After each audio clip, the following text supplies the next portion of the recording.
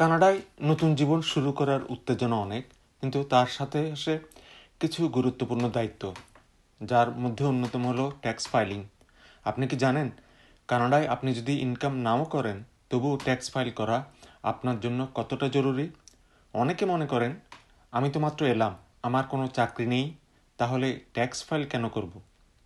আজকের এই ভিডিওতে আমি আপনাদের জানাবো কেন একজন নিউ কামার বা নবাগত হিসাবে আপনার ট্যাক্স ফাইল করা বাধ্যতামূলক, এবং প্রথমবার ট্যাক্স ফাইল করার জন্য আপনার ঠিক কী কী তথ্য এবং ডকুমেন্টস প্রয়োজন। যারা 2025-এর শেষ দিকে বা 2026-এর শুরুতে কানাডায় এসছেন, আজকের এই ভিডিও বিশেষভাবে তাদের জন্য।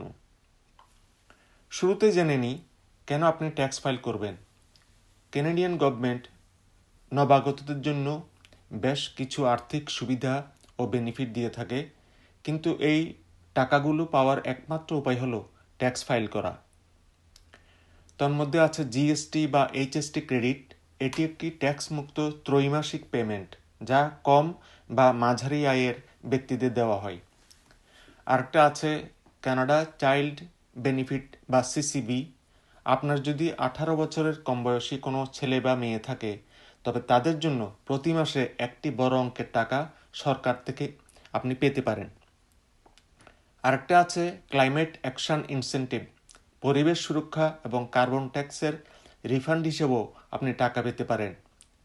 তেমনি আছে প্রভিন্সিয়াল বেনিফিটস, যেমন আপনি যদি অন্টারিওতে থাকেন তবে অন্টারিও ট্রিলিয়াম বেনিফিট পেতে পারেন, যা আপনার বাসা ভাড়া বা প্রপার্টি ট্যাক্সের বিপরীতে দেওয়া হয়। আপনি যদি পিআর হোল্ডার হন বা ওয়ার্ক পারমিটে আসা কোনো বিদেশ ব্যক্তি হয়ে থাকেন, কানাডায় পা রাখার দিন থেকেই আপনি ট্যাক্স পারপাসে একজন রেসিডেন্ট হিসেবে গণ্য হতে পারেন। মনে রাখবেন, ইমিগ্রেশন স্ট্যাটাস আর ট্যাক্স রেসিডেন্সি স্ট্যাটাস কিন্তু এক নয়।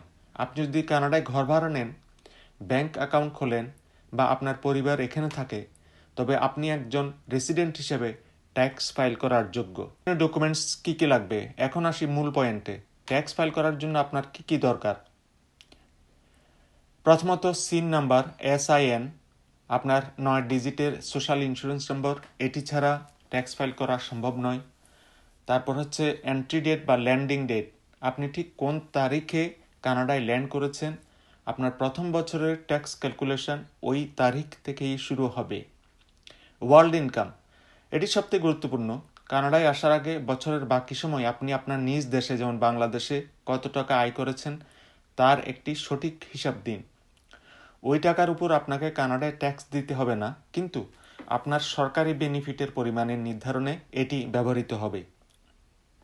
T4 স্লিপ, আপনি যদি কানাডায় এসে কোনো জব করে থাকেন, তবে আপনার এমপ্লয়ার আপনাকে এই স্লিপটা দিবে। বাসা ভাড়ার রসিদ, আপনার বাড়ির মালিকের নাম এবং আপনি মোট কত টাকা ভাড়া দিয়েছেন তার হিসেব রাখুন। অন্যান্য খরচ, যেমন যদি চাইল্ড কেয়ার কস্ট বা মুভিং এক্সপেন্স থাকে, সেগুলো আপনি নোট করে রাখবেন। কিভাবে ফাইল করবেন? প্রথমবার ট্যাক্স ফাইল করার সময় অনেকেই ভয় পান। আপনি চাইলে অনুমোদিত সফটওয়্যার যেমন টার্বোট্যাক্স বা ওয়েলথ সিম্পল ট্যাক্স ব্যবহার করে নিজেই করতে পারেন। তবে নবাগত হিসাবে আমি সাজেস্ট করব একজন প্রফেশনাল ট্যাক্স কনসালটেন্ট বা অ্যাকাউন্টেন্টের সাহায্য নিতে। এছাড়াও কানাডা রেভিনিউ এজেন্সি বা CA-এর আন্ডারে অনেক ফ্রি ট্যাক্স ক্লিনিক থাকে। আপনার ইনকাম যদি একটি নির্দিষ্ট সীমার নিচে হয়, তবে তারা আপনাকে বিনামূল্যে ট্যাক্স ফাইল করে দেবে। আপনার নিকটস্থ কোনো কমিউনিটি সেন্টারে বা ইন্টারনেটে সার্চ করে এই ক্লিনিকগুলোর আপনি খোঁজ নিতে পারেন।